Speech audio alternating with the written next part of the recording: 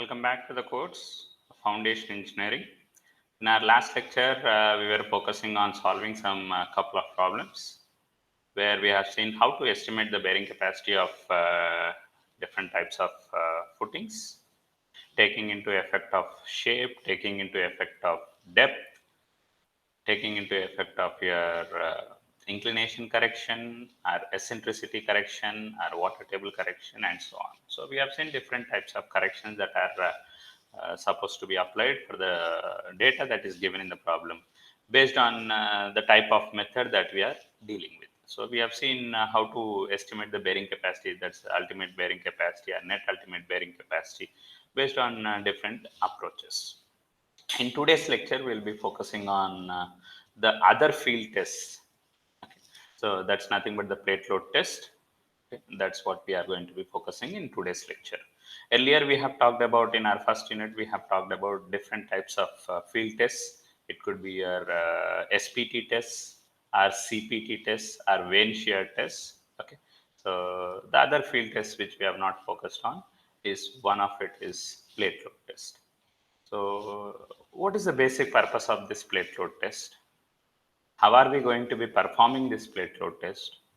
What are the advantages? What are the uses and advantages that we have got for this plate load test? And what are the limitations that we have got for this particular plate load test is what we are going to be mainly focusing on.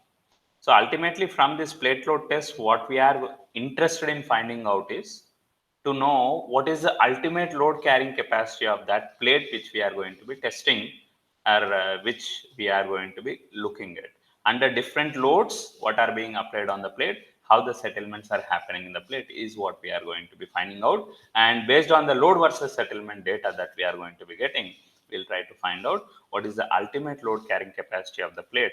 In the other way, I am going to be finding out what is the ultimate bearing capacity of that particular plate which is resting on the soil.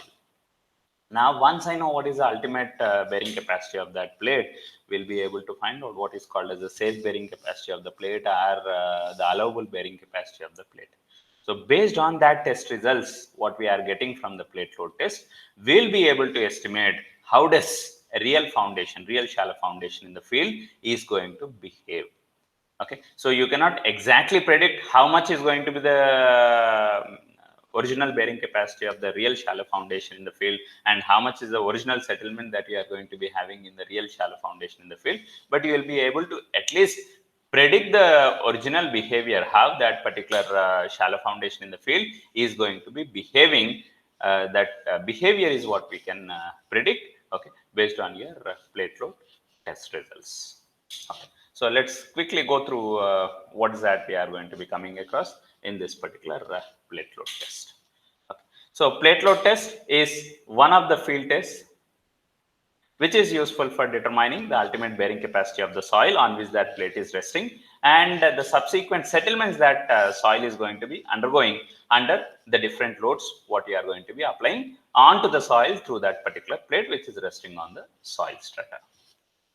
We'll be making use of either circular cross-sectional plates or square shaped plates, okay, which will be called those particular plates which we are going to be using in the test. We'll be calling them as bearing plates or test plates, okay, which are basically of mild steel material having thickness not less than 25 mm. So we are going to be using the plates which are circular in shape or square in shape, made of mild steel material having the thickness of the plate not less than 25 mm. And the size of those particular plates which we are going to be using for carrying our test would vary somewhere in between 300 mm to 750 mm.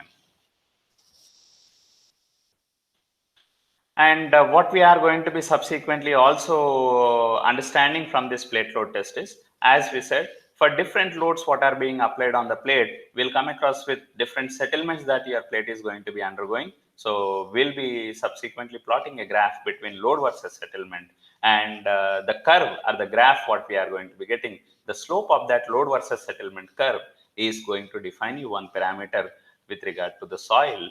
Is that parameter is what we call it as your subgrade modulus. So from this plate load test, we can also try to determine what is the subgrade modulus value of that particular soil on which the plate is resting. How do we define that subgrade modulus? Subgrade modulus is represented by notation small k, where it is defined as a ratio of load per unit deflection. Okay, so the load what is getting applied on that particular standard plate which you are using in the test, which is going to cause a unit deflection in that particular plate or unit amount of settlement in that particular plate. So that is what we call it as your subgrade modulus value of that particular soil. And as I mentioned, so ultimate objective of this particular plate load test, okay, we'll be able to find out what is called as a subgrade modulus of that particular soil on which the plate is resting. And the other thing what we'll also be focusing is to find out what is the ultimate bearing capacity of that particular soil on which the plate is resting. So once we know what is the ultimate bearing capacity of the soil on which the plate is resting, otherwise which I can also call it as the ultimate bearing capacity of your plate, once I know, I'll be able to predict what will be the ultimate bearing capacity of your real shallow foundation, which is to be constructed in your field. Okay, which is to be constructed in the field on a clay soil deposit or on a sandy soil deposit. So once you know what is the ultimate bearing capacity of that particular plate, you'll be dividing with certain factor of safety to determine what is called as your safe bearing capacity of that particular soil on which the plate is resting. Or otherwise, we can also try to find out what is the allowable bearing capacity of that particular soil on which the plate is resting. Okay, so earlier we have already talked about what is meant by ultimate bearing capacity, what is meant by safe bearing capacity, and what is meant by allowable bearing capacity when we started talking about this shallow foundations. Now, what is the different equipment that we'll be making use of for carrying out this particular plate load test in the field? Okay, so to start with, we'll be requiring your test plate, which is of square or circular shape of your required size, which could be either 300 mm, that means 30 centimeters, or 45 centimeters, or 60 centimeters, or 75 centimeters. Okay, so most commonly the plates what we'll be using is between 30 centimeters to 60 centimeters. The hydraulic jack system is required for generating the load, for transferring the load on the plate. Okay, so in such setup of your field test, you'll be requiring a hydraulic jack system for transferring the load onto your plate. Pressure gauge is used for measuring the pressure, how much you are trying to generate through that hydraulic jack system, hydraulic loading system. Proving ring, or we also call it as load cells, which can be used for measuring how much is the load what is subsequently getting transferred onto the plate, which is causing some amount of displacement in the plate.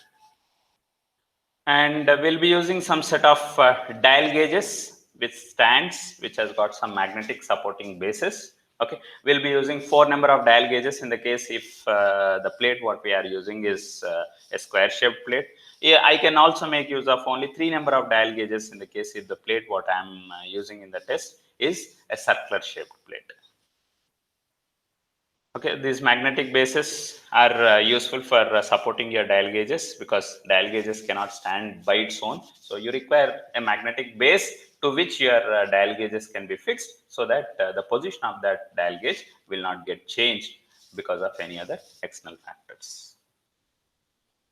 And you will be requiring a loading platform equipment or a truss structure with anchoring rods to generate the reaction, because when the piston of the hydraulic jack is getting lifted in the upward direction, you require a loading platform which is generating the reaction on that hydraulic jack system, so that that reaction what is getting generated ultimately gets transferred onto your plate onto which the load was supposed to be getting ultimately transferred, which tries to undergo the settlement for different intensity of loads which are getting transferred onto the plate. And we'll be requiring what is called as a plumb bob to locate the center position of the plate where it has to be placed in that test pit. I'll be talking about what is meant by test pit and so on. And we'll be requiring what is called as a spirit level for ensuring a proper leveled position of the plate when you are placing it in the test pit.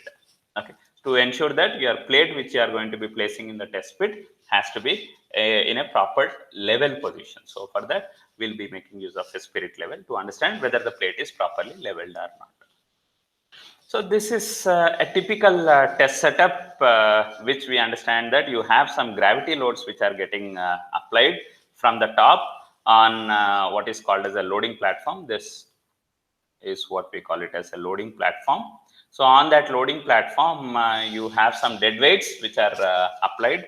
Okay, so those dead weights would generate the reaction when your hydraulic jack piston is getting lifted in the upward direction. Once the hydraulic jack piston comes in contact with the loading platform, so as the hydraulic jack's piston cannot further get lifted in the upward direction, as you keep on operating the hydraulic loading system, so piston tries to get lifted in the upward direction, but your loading platform cannot allow the piston to move in the upward direction. So ultimately what is going to happen is the load should subsequently get transferred in the downward direction, and certainly it gets distributed onto your plate, which you are going to be making use in this particular field test. Here is the position of your plate, what you are going to be using. So first, in the case of this particular plate load test, what we do is we are going to make a shallow pit excavation. Okay, so we are going to make what is called as a shallow pit. We'll dig a pit into the ground to a depth. Okay, the depth of this particular pit, what I am supposed to be making here. Okay, this depth, what I am trying to talk about, the depth at which your plate load test is being conducted in the field is nothing but it is equal to the depth of your shallow foundation what you were trying to construct in your field. Okay, so to what depth I should make an open pit excavation for performing the plate load test means, so it is that depth at which your original foundation you wanted that to be constructed in the field, original shallow foundation that you wanted to construct in the field. Let's say my shallow foundation what I wanted to construct in the field is at a depth of 1 meter or 2 meters. So in such particular case, you make first an open pit excavation up to that depth of 1 meter or 2 meters, and at the bottom of that particular test pit, exactly at the center location of that particular test pit, the center of the plate has to be located.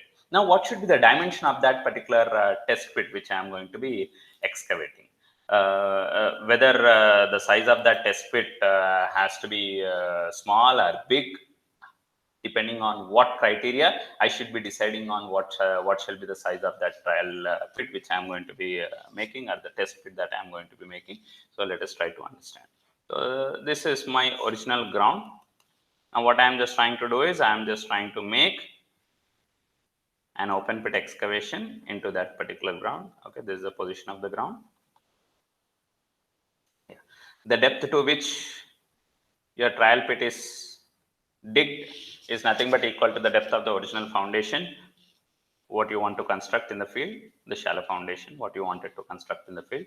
Okay, so the size of this particular pit which you are going to be excavating, okay, which I'll be calling it as the width of the pit. Okay, so if I'm using a square pit or a circular pit, it doesn't matter. What shall be the width of that particular pit which I'm supposed to be making there? So width of the width of the pit should be at least 5 times the width of the plate which you are going to be using in that particular test. Let's say, for example, the width of the plate, BP indicates the width of the plate. If the width of the plate is something 30 centimeters, so the minimum size of that particular test pit, the minimum width of that particular test pit which I am supposed to be excavating into the ground, the width of that pit which I am excavating should be minimally 5 into 30 centimeters, that is 150 centimeters, that's approximately 1.5 meters. So the size of the test pit which I am supposed to be making is 1.5 meters. Sir, why it is 5 times the width of the plate? Generally, what happens in the case of your shallow foundation, let's say, for example, I'm just going back to our initial lectures of the shallow foundation. Let's say this is the footing level. If the load is getting transferred through the column onto this shallow foundation, what is going to happen? We see the failure is subsequently getting developed in that shallow foundation. This is what we call it as zone 1, and then failure surface subsequently gets developed in the radial direction, which we call it as zone 2, and then subsequently the failure would get developed further, which is what we call it as zone 3. Okay, zone 1 is what we have called it as active zone, zone 2 is what we have called it as radial shear zone, and zone 3 is what we have called it as your passive zone. Okay, now with respect to the center position of this footing, what is the maximum width from the center of the footing position, what is the maximum distance to which the failure surface is getting extended in either direction of your footing position. In the width direction, the failure what is getting developed from the center of your footing is getting developed up to what is called as 2 to 3 times that of the width of the footing. I repeat, from the center of the footing, the failure in either direction, I repeat, in either direction, in the width direction of the footing, on either sides of the footing. So from the center, the maximum distance to which the failure surface is getting developed in the width direction of the footing would get generated up to what is called as 2 to 3 times that of your width of the footing. That's what I call it as zone of influence in the width direction. Okay. So on either side, if it is 2 to 3 times that of the width of the footing from the center of the footing. So if it is 2 to 3 times the width of the footing, so approximately 2 to 3 times is something what I can consider it as 2.5 times that of the width of the footing on one side, 2.5 times the width of the footing on the other side. Total put together is what is called as here 5 times the width of the footing. The failure surface what is getting generated is somewhere around approximately 5 times the width of the footing. So here I am using a plate. So what should be the size of the pit that I should be making there? So it should be minimally 5 times that of the width of the plate to ensure that the failure surface, whatever is getting developed in the width direction of the plate, would completely get generated within that particular area what is available corresponding to that pit which you have excavated. That is something what we need to understand. So in the plan view, if I am looking at that particular pit, this dimension is nothing but it is 5 times that of the width of the plate, and this dimension is nothing but it is 5 times the width of the plate. Okay, so once we make a test pit of that particular required size to that required depth, then we go on to what we do is we try to locate the exact center position of this particular test pit. Let's say for example I am using a square plate of size 30 centimeter by 30 centimeter. So exactly at the center position of this particular trial plate test pit, I am going to be making a small hole further, something like this. Okay, this is a small hole which I am trying to make further in that particular trial pit. Now that small hole what I am trying to talk about is going to look like, yeah. So what shall be the depth of that particular hole that we are going to be making further there is depending on an expression which I'll be trying to talk about.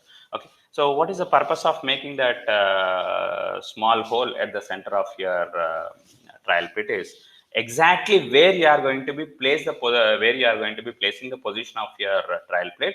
Within that region only you are going to be making a small further extension of that hole, just to ensure that here in this region we are going to be placing what is called as a sand layer.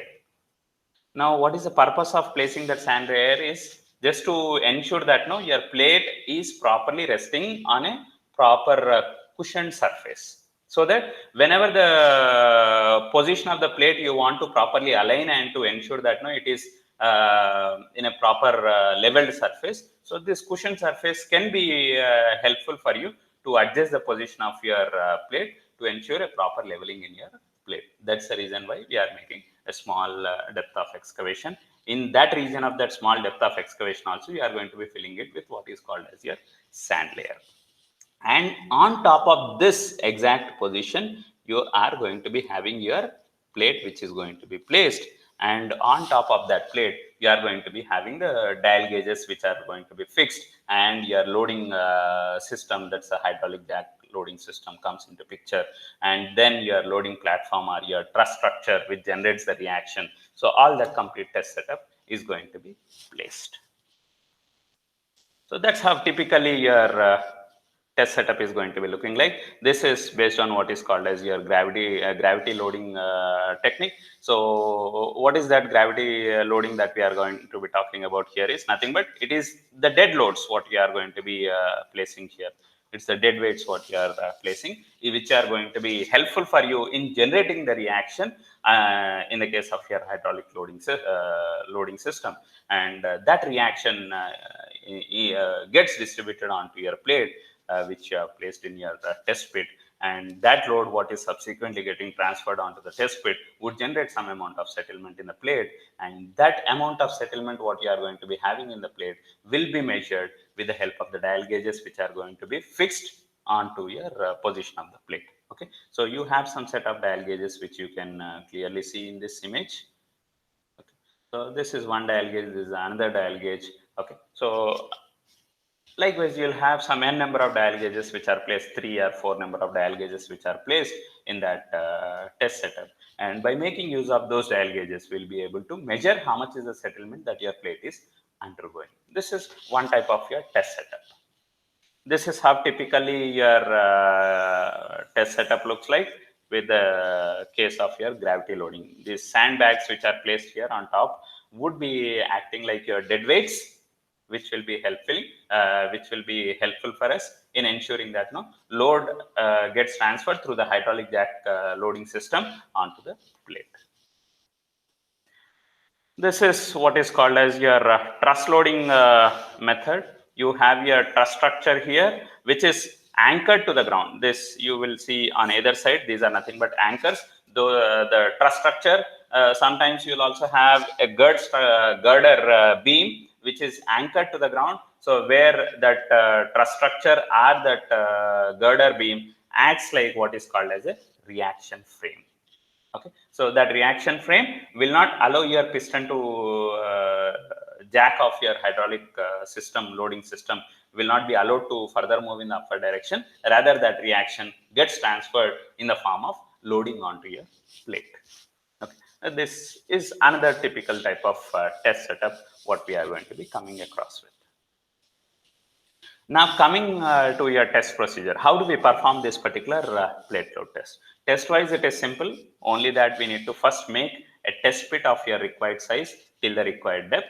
Okay, and then you are going to be making use of that particular size of that test plate which you are supposed to be using in your testing condition.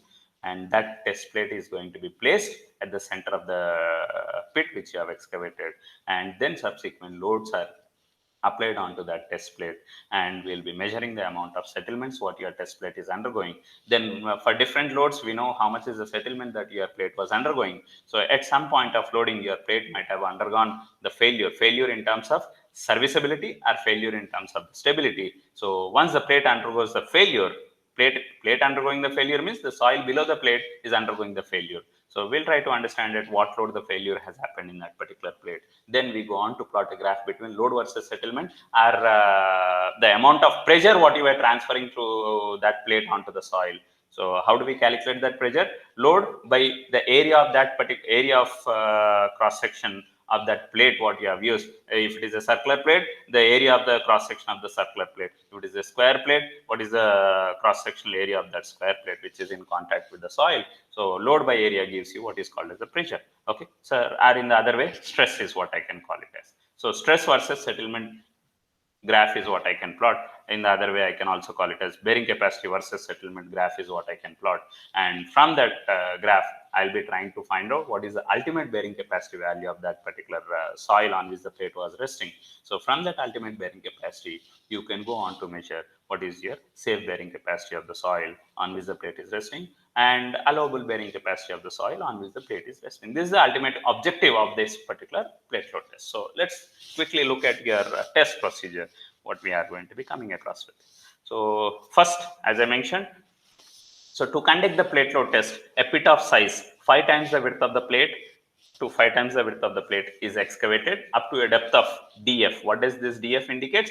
Df indicates the depth of the proposed foundation. So you are required to make a test pit of size 5 times the width of the plate in either direction, and to a depth what is equal to exact depth of your proposed foundation which was supposed to be constructed in the field. And next, you are going to be making use of what is called as a bearing plate of different sizes depending on the requirement. Okay, you'll have different plates which are available.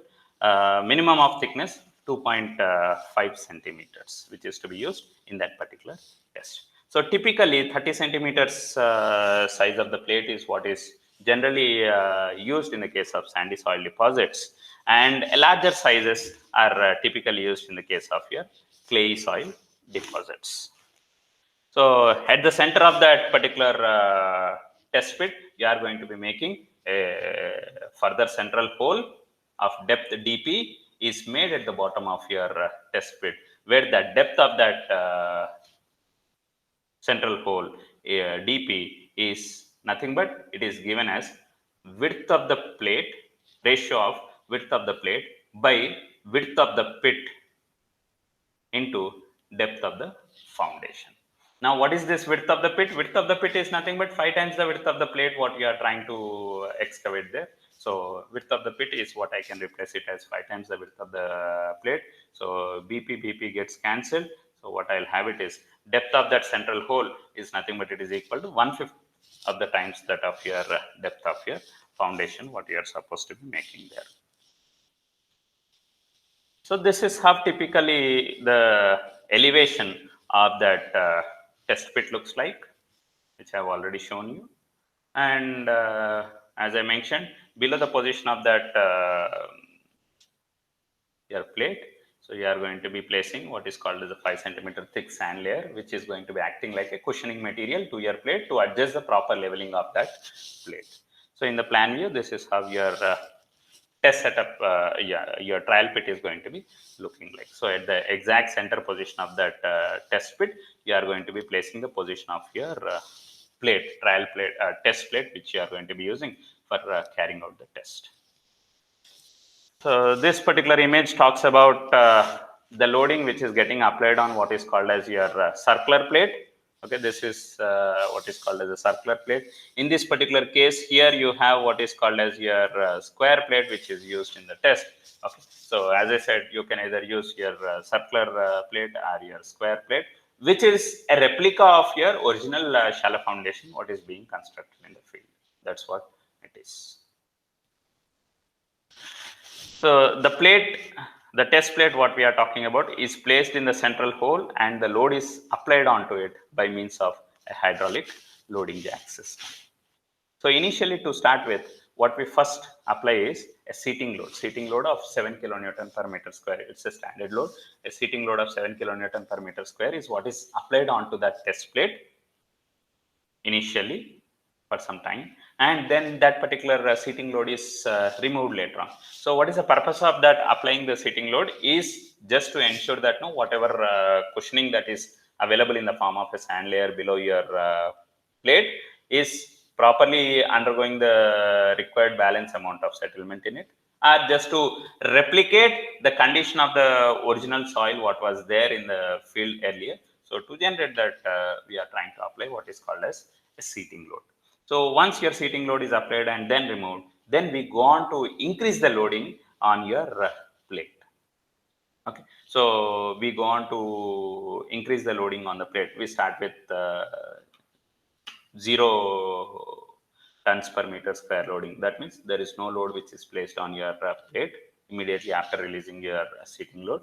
Then we go on to increase the load on that particular plate. Let's say starting with 2 tons per meter square, then increasing it to 4, then increasing it to 6, 8, 10, 12, so on, until your plate is expected to undergo the failure. This is one criteria. The other criteria is maximally up to a load of 25 to 30 tons per meter square.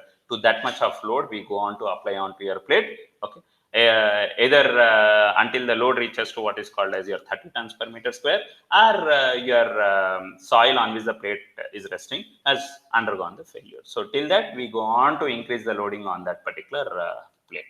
So for each of the load increment that is applied on the plate, you are going to see the plate is undergoing the settlement. So the dial gauges which are used in that particular test setup are going to be helpful for us in measuring the amount of settlement what your plate is undergoing. Okay, so by making use of that dial gauges, we'll be measuring how much is the vertical displacement that is taking place in your plate. So average of those all dial gauge readings will be helpful for us in telling us what is the amount of settlement that your plate has undergone.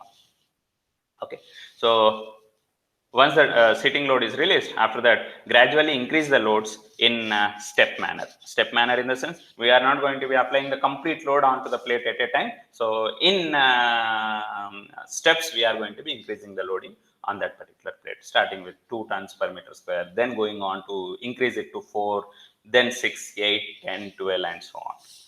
Measure the dial gauge readings with increasing time. So for some intensity of load, what is applied on the plate. So with increase in time, you keep on measuring what are your dial gauge readings for that applied magnitude of the load. Continue to take the readings of the dial gauges until there is no change or negligible change in the successive dial gauge readings. So till what time I have to continuously note down the dial gauge readings? Until you don't see any further change in the dial gauge readings, which indicates that for that amount of load what is applied, the so-called amount of settlement that your plate is undergoing is completed. So until that you don't see any change in the dial gauge readings or a negligible change in the dial gauge readings in the successive readings, what you are taking it at different intervals of time. So till that you continue to take the dial gauge readings. Once you find there is no further change, then go for the next increment in load and then subsequently continue the test for different load increments by measuring your dial gauge readings at different intervals of time. So what we typically do while carrying out the test is, let's say for example, I am talking about some intensity of load what I have applied is some, let's say 2 tons per meter square. So for that intensity of load which is getting applied onto the plate at different intervals of time, let's say time in minutes if I am referring to. So 0th minute, 1 minute, 2 minutes, 5 minutes, 10 minutes, 20 minutes, 40 minutes, 60 minutes. 60 minutes indicates 1 hour. So 2 hours, 4 hours, 8 hours, and so on. At different intervals of time, I've got different dial gauges which are used. Dial gauge 1, dial gauge 2, okay, dial gauge 3. If I'm using 4 dial gauges, depending on the type of plate used. Okay, so each dial gauge will give you some amount of vertical displacement, what it is undergoing at different intervals of time. Okay, so note down those dial gauge readings, all those 4 dial gauge readings at time t equal to 0. At time t equal to 1 minute, note down those 4 dial gauge readings. At time t equal to 2, note down the 4 dial gauge readings. Likewise, until you don't see any further change in the dial gauge values, you continue to take your dial gauge readings at different intervals of time. So once you feel that there is no further change in the dial gauge readings happening, then go for the next increment in load. Let's say now the load what is getting applied onto the plate is 4 tons per meter square. So once again for that magnitude of 4 tons per meter square load what was getting applied at different intervals of time, how your dial gauge readings are getting changed. So you keep on noting down that data, and once there is no further change in the dial gauge reading, then go on to increase the load and continue this particular test until either your soil below the plate is undergoing the failure, either because of your serviceability or stability criteria, or you reach to a maximum loading condition of what is called as your 30 tons per 25 to 30 tons per meter square loading. Okay, and you can say, okay, my loading condition is complete. The average of the settlements recorded by 3 or 4 dial gauges shall be taken as the settlement of the plate for each of the load increments that we have already talked about. So continue the test till 25 to 30 tons per meter square, or continue until the failure is identified in the plate, either due to the effect of stability or serviceability. So once the loading is done till 30 tons per meter square, then what we'll try to do is, if the soil has not undergone the failure, then you try to reload or unload, sorry, not reloading. So once the loading up to that 30 tons per meter square is completed, if the soil below the plate, if it has not undergone the failure by that time, then you try to unload the loading from that plate, so that we'll be able to understand how is the response of that soil for loading and unloading, and if at all required for reloading condition also. After the load is released, so once you are going to be unloading, so what we would say, what we would see is that once the load is released, you would try to have some kind of elastic rebound of the soil, which can be seen. Elastic rebound in the sense, once the load is released, some amount of elastic recovery in the settlements. Earlier, for that intensity of load, that amount of settlement what that plate has undergone might be some, let's say, some 20 mm. Now, once the load is released, the amount of settlement could be only 17 mm in the plate. So, which indicates 3 mm of elastic recovery happened in that particular soil because of the removal of the load. So, for as I mentioned, like for different intervals of load, okay. So, for different load intensity, which I am applying in tons per meter square. So, for different load intensity, you can ultimately measure how much is the settlement that your plate is undergoing in mm or in centimeters, whatever.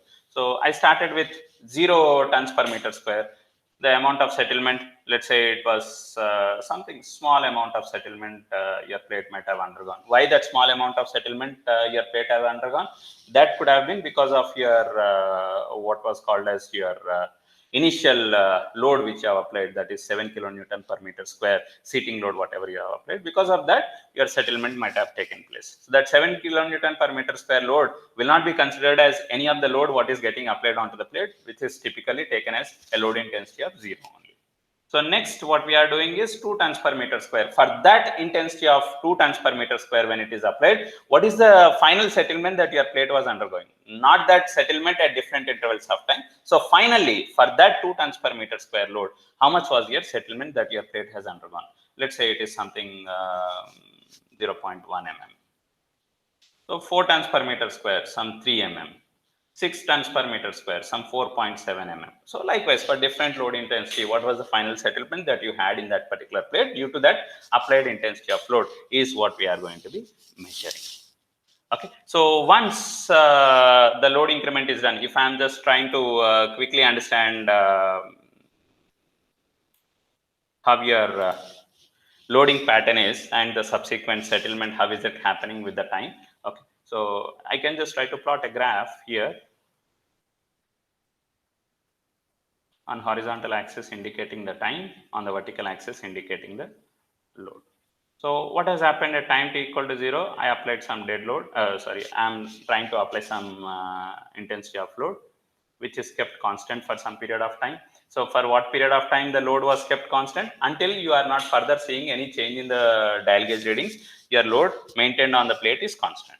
Then once you see that there is no further change in the load, further change in settlement happening in the plate, then we go for an increment in load, then maintain constant for some time, increment in load, maintain constant for some time. So this is how the pattern of the loading that we are going to be coming across with.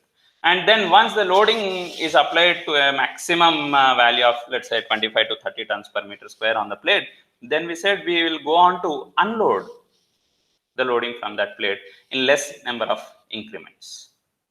Okay, in less number of steps only, we'll be unloading the load from that particular test plate. And for this loading pattern, if I'm just trying to understand how the settlement is happening in the plate with change in time. Okay, on the vertical axis, I'm indicating the settlement in the plate or settlement in the soil. For certain intensity of load, which is kept constant for some period of time, so the settlement was increasing like this and it is remaining more or less constant. Then we increase the load. Then it changes like this. Increased the load.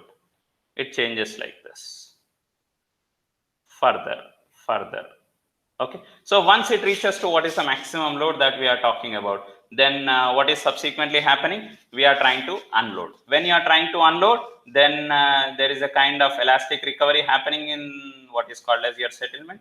And by the time you finish your unloading part, you might come across with some final settlement like this, which we call it as your plastic deformation what your soil has undergone. So that amount of plastic deformation what your soil has undergone, that cannot be recovered.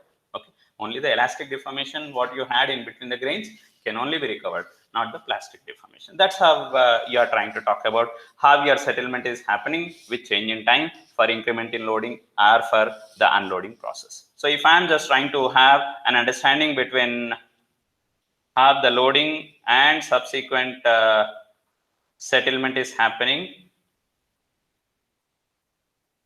So what we had is initially we kept on increasing the load. After reaching to some maximum value, then we went on to decrease the load. Okay. So even when you have completely removed the load, the settlement in that plate is not coming to zero because there is some permanent amount of settlement happening in that plate, permanent deformation taking place in that particular soil which is there below the plate. This is the region of loading.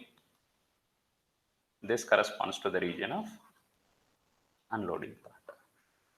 Okay, so this is all what we are going to be coming across. So ultimately from that particular test, what we are looking at, either I can go on to plot a graph between load versus settlement curve. So if I am going to be plotting a graph between load versus settlement, okay.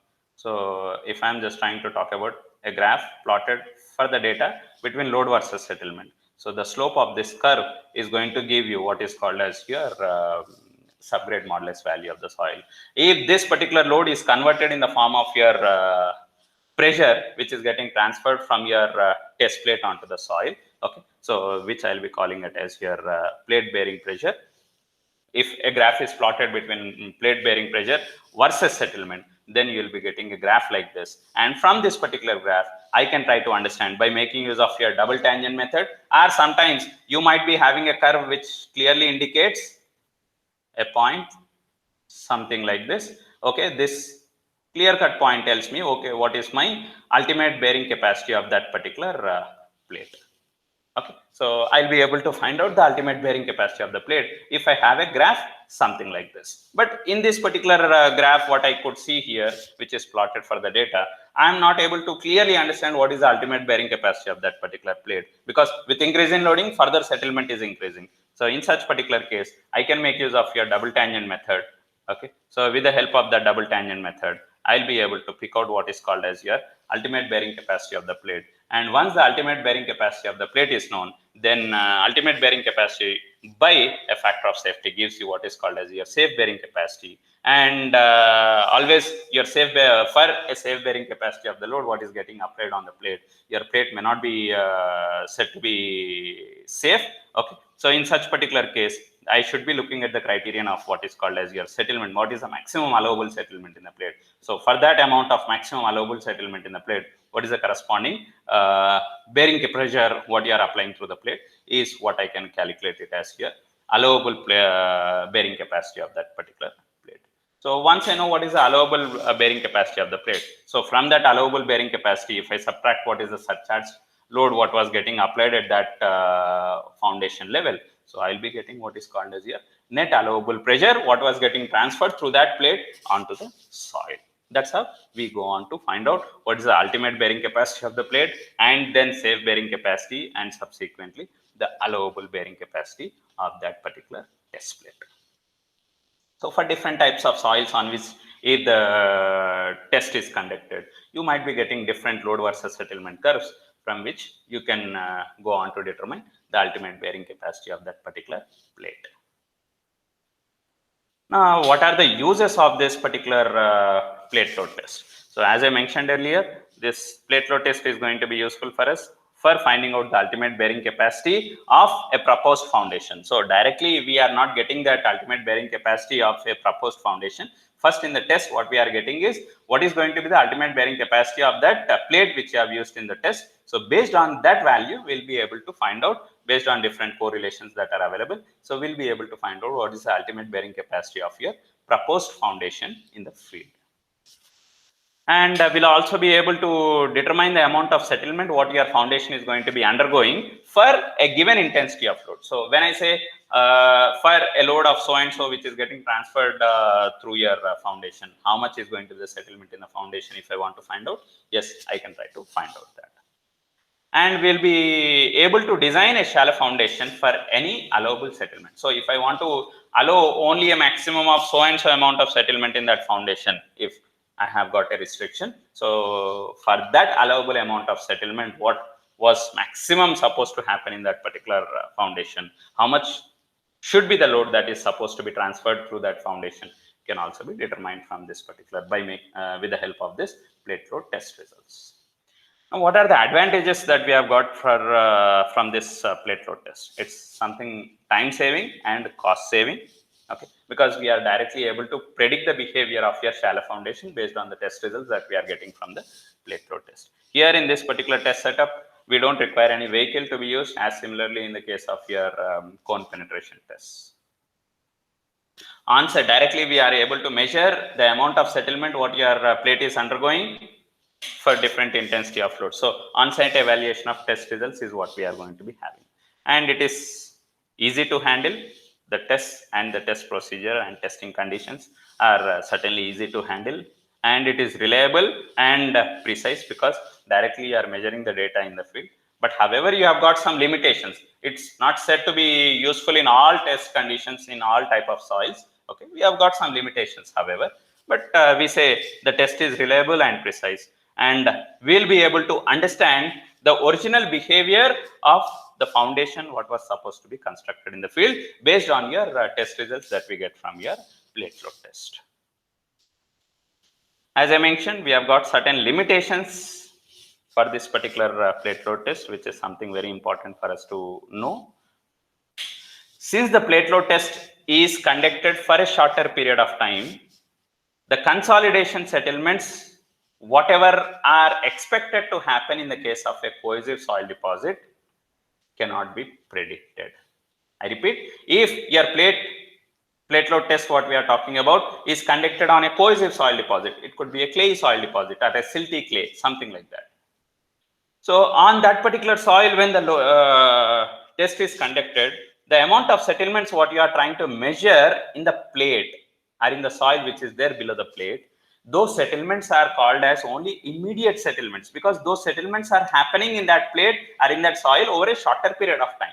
So those settlements are what are called as immediate settlements only. You are not able to predict the consolidation settlements what was supposed to be happening in that particular plate or in that particular soil for that intensity of load what was applied. Okay, so you will not be able to exactly predict what is called as your consolidation settlements, which were supposed to be taking place in that cohesive soil deposits. So whatever that settlements that you are measuring from the test are said to be what is called as only immediate settlements. They are not what is actually called as your consolidation settlements. So obvious that the settlements what you are predicting here from the plate load test in the case of cohesive soil deposits, they may not be exactly replicating the original condition of the shallow foundation which is constructed on a cohesive soil deposit, because that soil would undergo consolidation over a longer period of time. But here from the plate load test, you are not able to predict the exact behavior in the form of your consolidation settlements. The settlements what you are getting is only what is called as your immediate settlements. That is one of the major drawback. If the underlying soil is sandy in nature, if the soil, whatever you have below the plate, if it is sandy soil, then the immediate settlement what you are trying to measure is what you can typically consider as the total settlement that your sandy soil is undergoing. Because in the case of sandy soil, you don't come across anything called as your consolidation settlement. So whatever the amount of settlement that your sandy soil is undergoing, so that's what we typically call it as your immediate settlement only.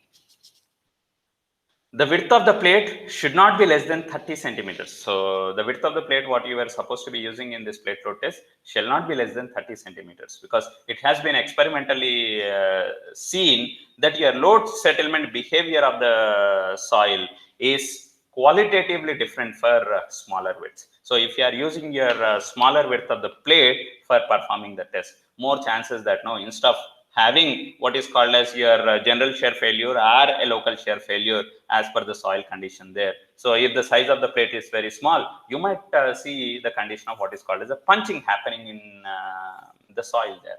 Plate getting punched into that particular soil, which is not the true behavior of that particular soil under original foundation condition. So that's the reason why we do not use the plate having the width less than 30 centimeters. That's one of the limitations that we have got there.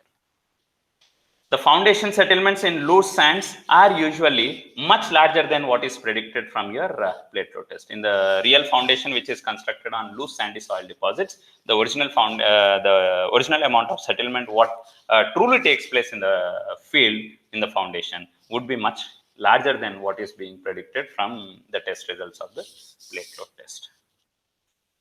the settlement influence zone is much larger for the real foundation sizes than that of your test plate. Because in the real foundation, if the width of the foundation is 1 meter, then the zone of influence, the depth to which the zone of influence is going to be there below the foundation position is approximately around 1 to 2 times. In some cases, people do consider as 3 times the width of the footing. So 2 times to 3 times means 2 times to 3 times the width of the footing. Width of the footing is 1 meter. 2 times to 3 times 1 meter, which is nothing but 2 to 3 meters is your zone of influence of that particular same intensity of load what is getting transferred from that foundation. But when it comes to your plate, if the size of the plate used is 30 centimeters, then the depth to which your zone of influence is getting existing is 2 to 3 times the width of the plate. So, which is approximately around 60 centimeters to 90 centimeters only. But in real foundation, the zone of influence is much higher. If the zone of influence is much higher, then the settlement behavior depends on the soil what exists in that particular zone of influence. If the soil is homogeneous, then no problem. The predicted condition from the plate load test can somehow replicate the behavior of your original foundation in the field. But if the soil in the field is non-homogeneous, and if your settlement zone of influence is not confined to only a single layered soil, rather if the zone of influence is getting extended into multiple layers, in such particular case, the behavior predicted from your plate load test cannot exactly replicate the behavior of your original foundation, what you are going to be having in your field. That's something what we should be careful of, and which is one of the major limitation that we have got from this for this particular plate load test. Plate load test should be used with caution, and the present practice is not to rely very much on this particular test results what we are getting from your plate load test.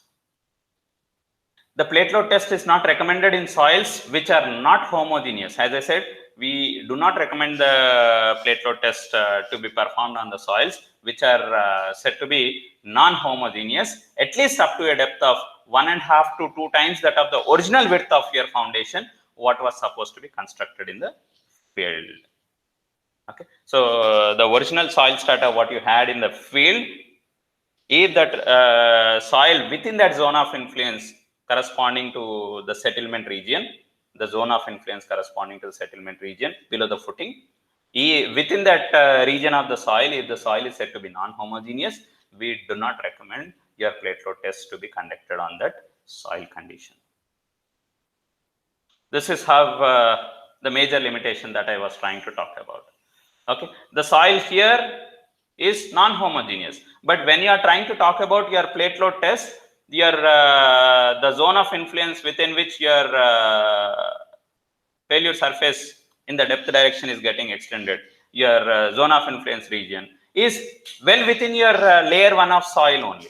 But when it comes to the original foundation, for same intensity of load which is applied on your original foundation, on the plate, let's say 10 tons per meter square loading was getting applied. On your original foundation also, when I am applying the same 10 tons per meter square loading, but what is happening is the zone of influence of that load what was getting transferred is getting further extended deeper into the soil strata, where the zone of influence is not confined only into the soil layer 1, rather it is getting extended into soil layer 2 also. In such particular case, if the soil what is existing in layer 2, if it is a weak soil, then the predicted behavior of the shallow foundation based on the plate load test results is not correct.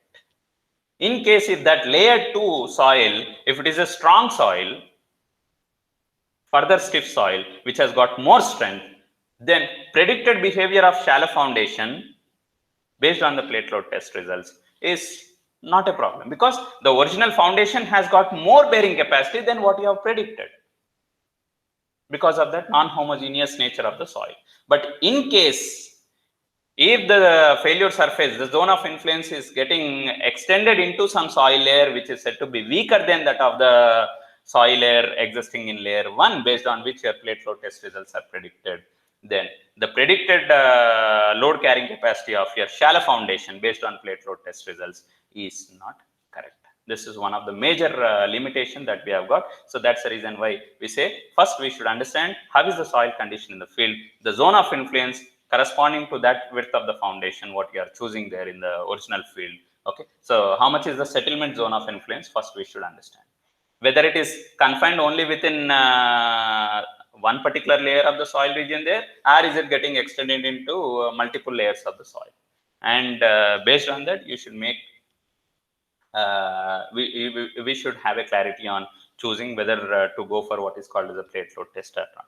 Okay, so this is one of the major drawback or the limitation that we have got from for your plate load test. And with this, we'll be concluding our discussion with regard to what is called as your plate load test. So ultimately, what is that we are trying to find out from this plate load test is to understand the behavior of your original foundation, what you are going to be constructing in your real field. That's what we are going to be predicting from your plate load test.